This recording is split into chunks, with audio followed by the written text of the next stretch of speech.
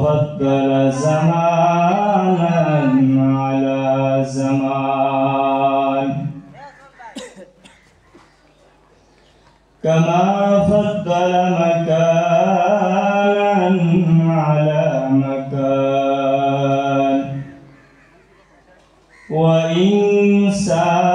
وإنسانا على إنسان ونشهد أن لا إله إلا الله وحده لا شريك له ونشهد أن محمدا عبده ورسوله أما بعد فأعوذ بالله من الشيطان الرجيم بسم الله الرحمن الرحيم ألم أعهد إليكم يا بني آدم ألا تعبدوا الشيطان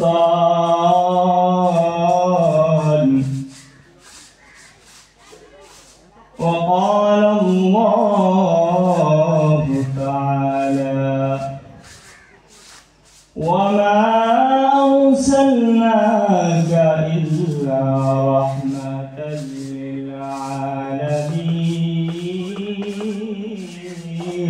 للعالمين وقال النبي عليه الصلاة والسلام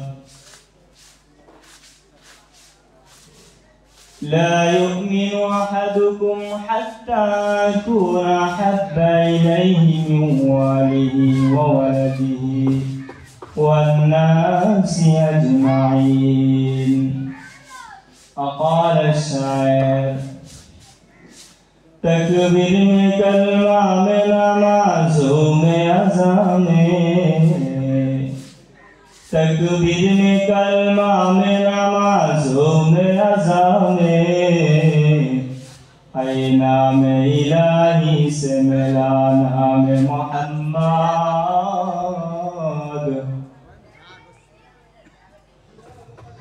है नाम इलाही से मिला नाम मोहम्मद अल्हम्दुलिल्लाह अल्लाह ताला दरबार अगणित शुक्रिया जे महान रब्बुल आलमीन मुल्लाडंगा शाहनुरिया আজিজুল উলুম মাদ্রাসা বার্ষিক ওয়াজ মাহফিলে আল্লাহ সুবহানাহু ওয়া তাআলা আমাদেরকে কুরআন হাদিসের কিছু কথা বলবার ও শ্রবণ করার তৌফিক দান করেছেন এজন্য আমরা শুকরিয়া আদায় করি আলহামদুলিল্লাহ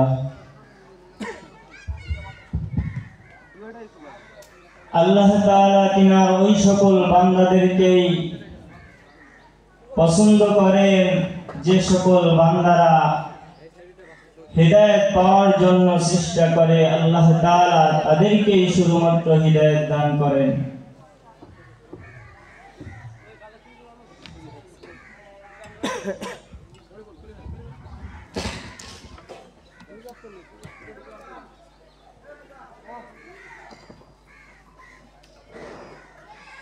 আল্লাহ রাব্বুল আলামিন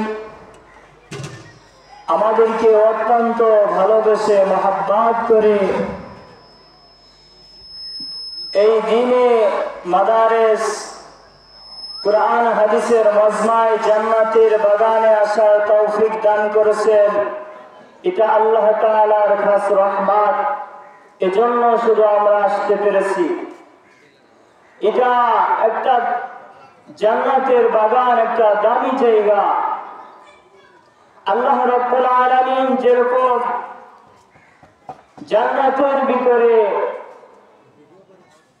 তিনার পছন্দনীয় বান্দাদেরকে নেবেন যেরকম দুনিয়ায় যাদের টাকা পয়সা বেশি থাকে তারা দুনিয়ার উন্নত মানের জিনিসগুলো বেশি বেশি কিনতে পারে ওরকম ভাবে যাদের ভিতর আল্লাহর ভয় ভালোবাসা আছে, যারা হিদায়াত পাওয়ার জন্য চেষ্টা করে, আল্লাহ রাব্বুল আলামিন তাদেরকেই শুধুমাত্র হিদায়াত দান করেন আর তারাই ওই জান্নাত পাবে।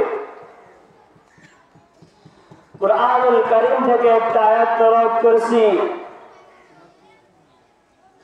আল্লাহ রাব্বুল আলামিন বলেন, আলাম আহাদ ইলাইকুম ইয়া বানি আদম আল্লা তা'বুদুশ শাইতান।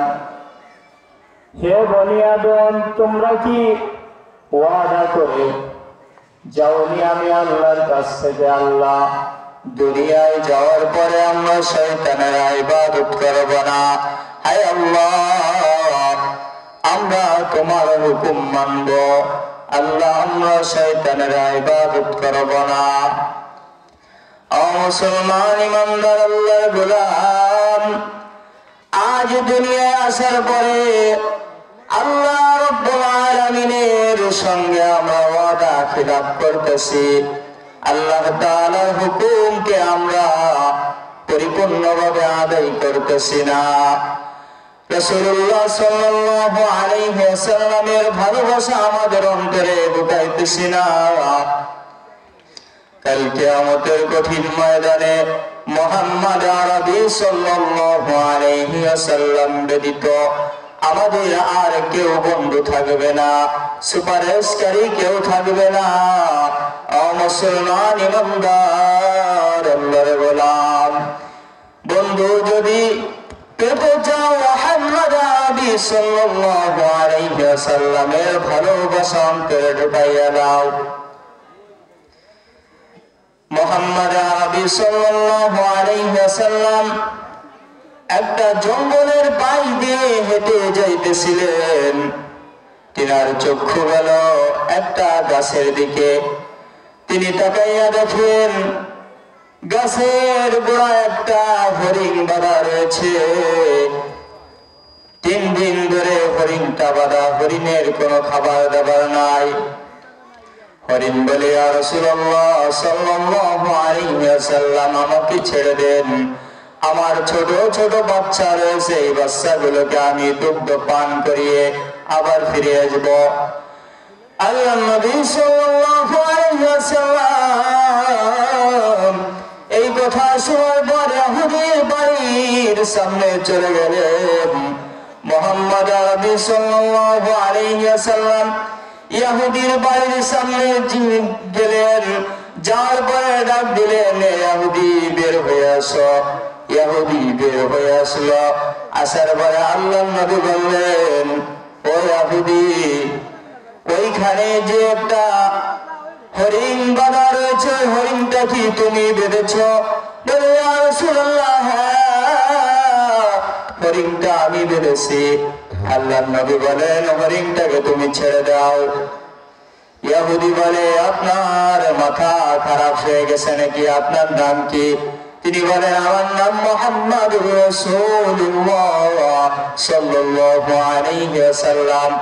ইহুদি বলে, মুখে মুখে শুনেছি মুহাম্মদ আরবি সাল্লাল্লাহু আলাইহি ওয়াসাল্লামের নাম মুহাম্মদ নাকি পাগল, মুহাম্মদকে সকলে হত্যা করতে চায়। এজন্য আল্লাহ নবী বলে, ইহুদি তুমি চিন্তা করো না, তুমি হরিণটাকে ছেড়ে দাও, হরিণটা সময় মতো চলে আসবে। আর হরিণটা যদি না আসে তাহলে ছুরিটা হাতে নাও। আমি মুহাম্মদ ওইখানে দাঁড়িয়ে থাকবো, আমি মুহাম্মাদের গলায় ছুরি চালাবো। এবার শিকারী চলে গেল। মুহাম্মদ আরবির কথা শুনে গাছের কাছে হরিণটার দড়িটা খুলে গেল মুহাম্মদ আরবির কাছে। দড়িটা খুলে দেওয়ার পর মুহাম্মদ রাসূলুল্লাহ বললেন, যাও হরিণ সময় মতো চলে এসো। হরিণটা দ্রুত গতিতে চলে যায়। এখানে দাঁড়িয়ে রয়েছে আমার নবী মুহাম্মদ আরবি সাল্লাল্লাহু আলাইহি ওয়াসাল্লাম। যদি আমি দেরি করি তাহলে ইহুদি আমার নবীর গর্দানটা ফেলে দেবে। আল্লাহ রাব্বুল আলামিন বলেন, হে আমার হাবিব, আপনার চিন্তা করার দরকার নাই, আমি আল্লাহ আপনাকে সাহায্য করব, আপনাকে কেউ কিছুই করতে পারবে না। চলে গেলেন। হরিণটা যে তার বাচ্চাদেরকে বললেন, হে আমার বাচ্চারা, দুধ পান করো, দ্রুত দুধ পান করো। আমার নবী মুহাম্মদ আরবি সাল্লাল্লাহু আলাইহি ওয়াসাল্লামকে আমি রেখে এসেছি।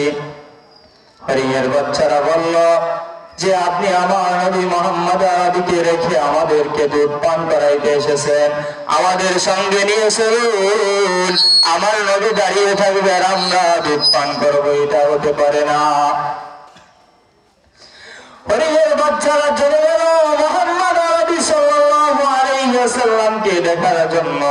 যার পরে হরিণের বাচ্চাগুলো মাথা আলতো করে দিল মুহাম্মদ আরবির সামনে। হরিণের বাচ্চা মাথা আলতো করে দিল। মুসলমান ইমানদার আল্লাহর গোলাম বনের পশু হয়ে আল্লাহর নবীকে চিনল।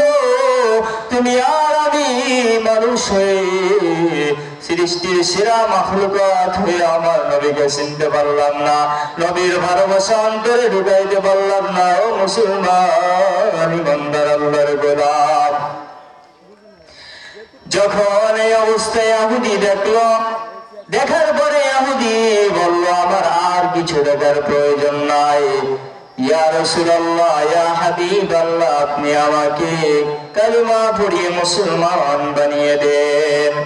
সঙ্গে সঙ্গে ইহুদি মুসলমান হয়ে গেল। মুসলমান ইমানদার আল্লাহর গোলাম, ওই নবীর ভালোবাসা অন্তরে ধারণ করতে হবে। আল্লাহ তাআলার হুকুম, আমরা আল্লাহ তাআলার সঙ্গে ওয়াদাবদ্ধ হয়ে এসেছি। আমরা বলেছি আল্লাহ আমরা তোমার ইবাদত করব, শয়তানের ইবাদত করব না। আজ দেখা যাচ্ছে দুনিয়ায় আসার পরে আমরা আল্লাহর ইবাদত করি না, শয়তানের ইবাদত করি। আল্লাহ তাআলার হুকুম আমরা অমান্য করতেছি, আল্লাহ তাআলার হুকুমে নামাজ ছেড়ে দিতেছি। আল্লাহ নবী সাল্লাল্লাহু আলাইহি ওয়াসাল্লাম বলেন, কাফের আর মুমিনের ভিতর পার্থক্য হলো নামাজ। কাফের নামাজ পড়ে না, মুমিন মুসলমান নামাজ ছাড়ে না। ও মুসলমান ইমানদার আল্লাহর গোলাম, নামাজ ছাড়া যাবে না। ও যুবক ভাই, আজ নামাজ পড়তেছি না, আজ সময়টা নষ্ট করে দিতেছি। আল্লাহ তাআলার দরবারে আমাদের হিসাব দিতে হবে। আল্লাহ রাব্বুল আলামিন বলেন, ও বান্দা, আমি কি তোমাদের অনর্থক সৃষ্টি করেছি? না না, আমি আল্লাহ তোমাদের অনর্থক সৃষ্টি করি নাই। তোমাদের পৌঁছানোর হিসাব দিতে হবে আমি আল্লাহ রাব্বুল আলামিনের কাছে। ওই কবরে যেতে হবে, যেই কবর বড় ভয়ঙ্কর। ও মুসলমান ইমানদার আল্লাহর গোলাম, ও যুবক ভাই, দেখাইয়া দেখো তোমার মতন আমার মতন কত যুবক মারা যাইতেছে যে কোনো মুহূর্তে। তোমার আমার মারা যেতে হবে একদিন, আমাদের মৃত্যুর কোনো গ্যারান্টি নাই। অন্ধকার কবরের ভিতর চলে যেতে হবে, যে কবরে ডানে মাটি বামে মাটি চতুর্দিকে মাটি। আল্লাহ রাব্বুল আলামিনের দরবারে আমাদের হিসাব দিতে হবে। দেখো কত যুবক মৃত্যুবরণ করে কত ভাবে।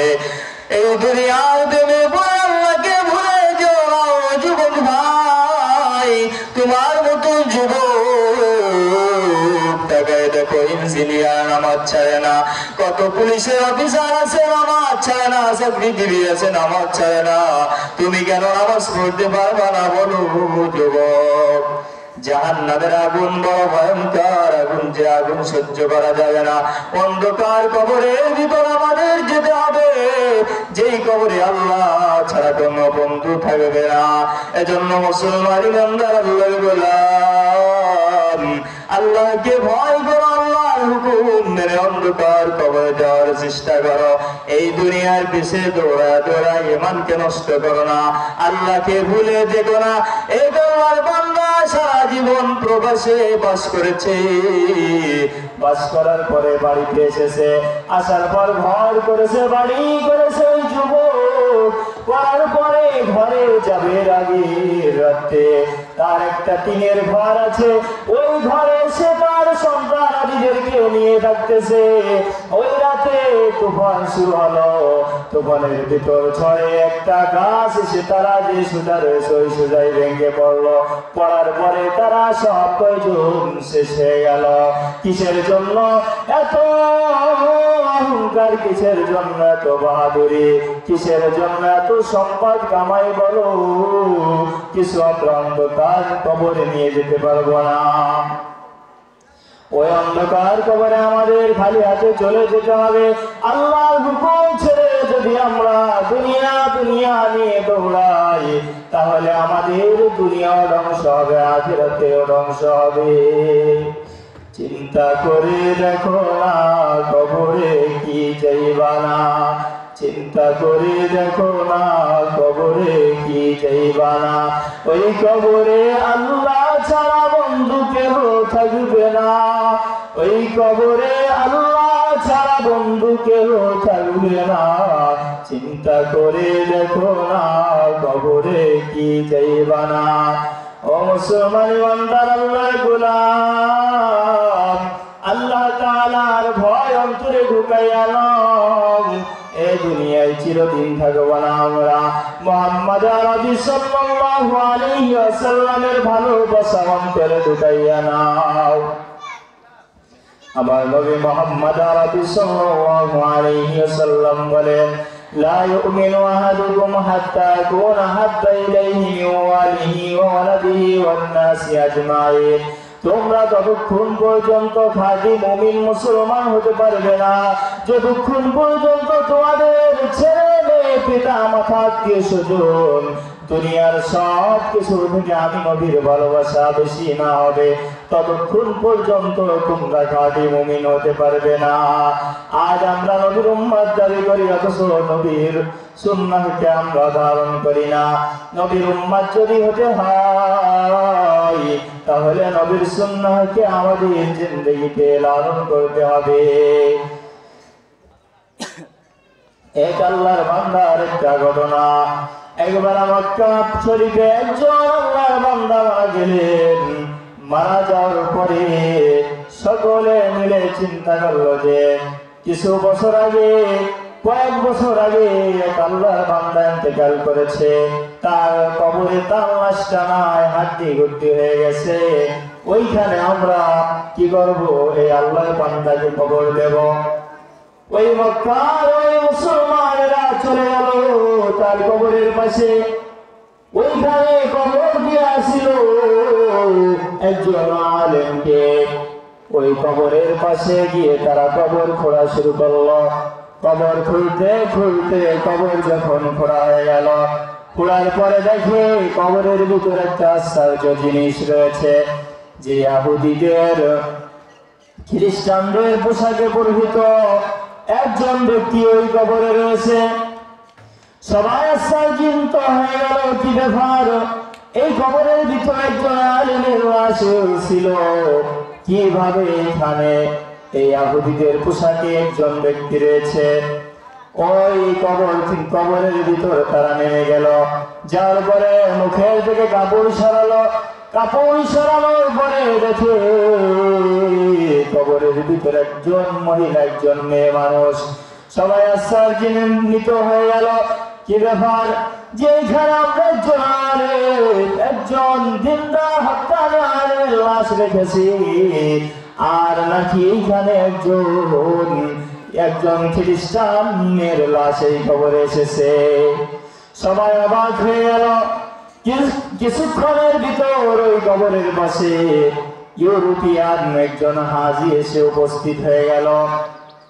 হাজি সাহেব এসে বলে, আপনাদের চিন্তা করার কারণ নাই, এই মেয়েটাকে আমি চিনি, এই মেয়েটাকে। এরপরে সকলে বলল, তাহলে আপনি বলুন এই মেয়েটাকে। হাজি সাহেব বলে, এই মেয়েটার পিতা একজন প্রভাবশালী ব্যক্তি, এই মেয়েটার পিতা একজন ধনভাণ্ডার ব্যক্তি। তাদের বাসায় আমি কাজ করতাম, তাদের বাসায় আমি চাকরি করতাম। মেয়েটা আমার আদর্শ দেখে, মেয়েটা আমার আমল দেখে বলল যে মুসলমানদের কথা আমাকে শোনান, মুসলমানদের আপনাদের নবীর কথা আমাকে শোনান, আপনাদের মুসলমানদের আদর্শের কথা আমাকে শোনান। আমি এক করে রব্বে কারিমের পরিচয় মেয়েটার কাছে খুলে বললাম। এই কথা শুনে মেয়েটা কালিমা পড়ে মুসলমান হলেন। মেয়েটা মুসলমান হওয়ার পরে সকলের সামনে প্রকাশ করার চেষ্টা করলো। আমি বললাম, না, যদি তুমি প্রকাশ করো তাহলে তোমাদের বাসায় আমি আর কাজ করতে পারবো না। মেয়েটা প্রকাশ করলো না। এইভাবে চলতেছিল। কিছুদিনের ভিতর মেয়েটার একটা রোগ হলো, রোগে আক্রান্ত হলো। রোগে আক্রান্ত হওয়ার পর এক পর্যায়ে মেয়েটা মৃত্যুবরণ করলো। মৃত্যুবরণ করার পর আমি চাইলাম যে মুসলমানদের নিয়ম অনুযায়ী মেয়েটাকে আমি কবরে রাখি। আমি ওইখানে কথা বলতে পারলাম না। এরপরে ওই মেয়েটাকে ওই খ্রিস্টানদের পদ্ধতি অনুযায়ী মেয়েটাকে কবরে রেখে দিল। রাখার পরে আমি ওইখান থেকে হজ করতে চলে আসলাম। সকলে আশ্চর্যজনিত হয়ে গেল, কি ব্যাপার, এ আলেমের লাশ কোথায় গেল? আর কেন আলেমের কবরে খ্রিস্টান মহিলার লাশ? এই খ্রিস্টান মহিলা মুসলমান হয়েছে, মুহাম্মদ আরবি সাল্লাল্লাহু আলাইহি ওয়াসাল্লামের ভালোবাসা অন্তরে লালন করেছে। এজন্য কবি বলেন, সোহবতে সালে তুরা সালে কুনাত, সোহবতে তালে তুরা তালে কুনাত। ও মুসলমান ইমানদার আল্লাহর গোলাম, যার সঙ্গে যার ভালোবাসা হবে তার সঙ্গে তার হাসর নাসর হবে। আজ যদি তুমি হক্কানি উলামাদের সঙ্গে ভালোবাসা স্থাপন করো, আজ যদি আল্লাহর প্রিয় বান্দা যারা আল্লাহ তাআলাকে ভালোবেসে আল্লাহ মুহাব্বত অন্তরে আছে তাকে যদি ভালোবাসো, তাহলে আল্লাহ রাব্বুল আলামিন কিয়ামতের ময়দানে মুহাম্মদ আরবি সাল্লাল্লাহু আলাইহি ওয়াসাল্লামের সঙ্গে তোমাকে হাসরের ময়দানে উঠাবে, যখন কোন বন্ধু থাকবে না হাসরের কঠিন ময়দানে। দেখো, মেয়েটা মুহাম্মদুর রাসূলুল্লাহর ভালোবাসায় সব কিছু ছেড়ে দিয়েছিল। এক মুহাম্মদুর রাসূলুল্লাহর ভালোবাসায় তার দুনিয়ার সব ভালোবাসা ছেড়ে দিয়েছিল। যার কারণে আল্লাহ রাব্বুল আলামিন তাকে ওই মক্কা মদিনার জমিনে নিয়ে এসেছিল। ওই ইউরোপিয়ান দেশ থেকে আল্লাহ রাব্বুল আলামিন ওই মুহাম্মদের কাছে নিয়ে এসেছিল। এজন্য মুহাম্মদ আরবি সাল্লাল্লাহু আলাইহি ওয়াসাল্লামের ভালোবাসা অন্তরে রাখতে হবে। হাজী সাহেব চলে গেলেন, ইউরোপিয়ানে চলে গেলেন। কি ব্যাপার? যে বললেন, আপনার মেয়েকে আমি দেখে এসেছি মক্কা মদিনায়। ওই খ্রিস্টান আশ্চর্যজনিত হয়ে গেল। কি ব্যাপার? এটা হতে পারে না। খ্রিস্টান হাসি তামাশা করা শুরু করলো। তখন মুসলমান হাজী সাহেব বললেন, যদি বিশ্বাস না হয় তাহলে তোমার মেয়ের কবরে চলো। মেয়ের কবরে দিকে যা হলো। হাজী সাহেব বলল যে, ইহুদি, তোমার মেয়েটাকে যদি তুমি না পাও তাহলে ওইখানে অন্য কিছু তুমি পাবা। যাওয়ার পরে কবর খোঁড়া হলো। খোঁড়ার পরে দেখো ওই মক্কা মদিনায় ওই কবরে যে আলেমকে দাফন করা হয়েছিল, ওই আলেমের লাশ ওই কবরের ভিতরে রয়েছে। সবাই অবাক হয়ে গেল, কি ব্যাপার, আলেমের লাশ কি করে আসলো মক্কা মদিনার ভিতরে? সকলে বলা শুরু করলো, এ আলেমটা আল্লাহর একজন প্রিয় বান্দা ছিল, তার আমল ছোট ছিল না। এমন একজন আলেম ছিল যে সে তাহাজ্জুদ নামাজও ছাড়তো না। তাহাজ্জুদ নামাজও পড়তো, তাহাজ্জুদ নামাজও পড়তো, তাহাজ্জুদ নামাজও ছাড়তো না, কোনো আমল ছাড়তো না। এরপরে কেন আল্লাহ সেইখানে ইহুদি মহিলা সেইখানে আসলো, কারণটা কি কেউ বলতে পারে না। এক পর্যায়ে চলে গেল ওই আলেমের স্ত্রীর কাছে। স্বামীর গোপনীয় বিষয় তার স্ত্রী কেউ বলতে পারে, মুসলমান তুমি আমি কেমন? তোমার আমার স্ত্রী বলতে পারবে সব থেকে ভালো। এরপরে যখন আলেমের স্ত্রীর কাছে যা হলো, যার পরে আলেমের স্ত্রী বলে, আমার স্বামী সে অনেক একজন আল্লাহর প্রিয় বান্দা ছিল, তাহাজ্জুদ নামাজও ছাড়তো না, তাহাজ্জুদ নামাজও পড়তো, আবির নামাজও পড়তো, কোনো ইবাদত ছাড়তো না। তবে তার একটা বদ অভ্যাসের কথা বলতো, যে কারণে হয়তো আল্লাহ রব্বুল আলামিন তারপরে নারাজ হয়ে গেছে। সেই কথাটা হলো তার আমরা যখন সহবাস করতাম স্বামী স্ত্রী মিলে, সহবাস করার পরে যখন আমরা গোসল করতে চাইতাম, আমার স্বামী বলতো ইসলামের সব বিধান আমার ভালো লাগে, এই বিধানটাই ফরজ গোসলটা আমার ভালো লাগে না। নাউযুবিল্লাহি মিন যালিক। আল্লাহ তাআলার শরীয়তের একটা বিধান, এই বিধানটা ভালো না লাগার কারণে, এই কথাটা বলার কারণে বড় আলেম ছিল, বড় আমলদার ছিল, সব আমল আল্লাহ ধ্বংস করে দিয়েছে। ইহুদি মহিলার কবরটা আল্লাহ চলে গেছে। ইহুদি মহিলা আল্লাহর নবীকে ভালোবাসার কারণে, রাসূলের ভালোবাসা করে থাকার কারণে তার জানাজা মুসলমানদের পদ্ধতি হই নাই। এরপর আল্লাহ রাব্বুল আলামিন মুহাম্মদ আরবি সাল্লাল্লাহু আলাইহি ওয়াসাল্লামের বাড়িতে আল্লাহ টেনে দিয়েছেন। এজন্য আল্লাহ তাআলাকে ভালোবাসতে হবে, নবীকে ভালোবাসতে হবে। আল্লাহর যত বিধান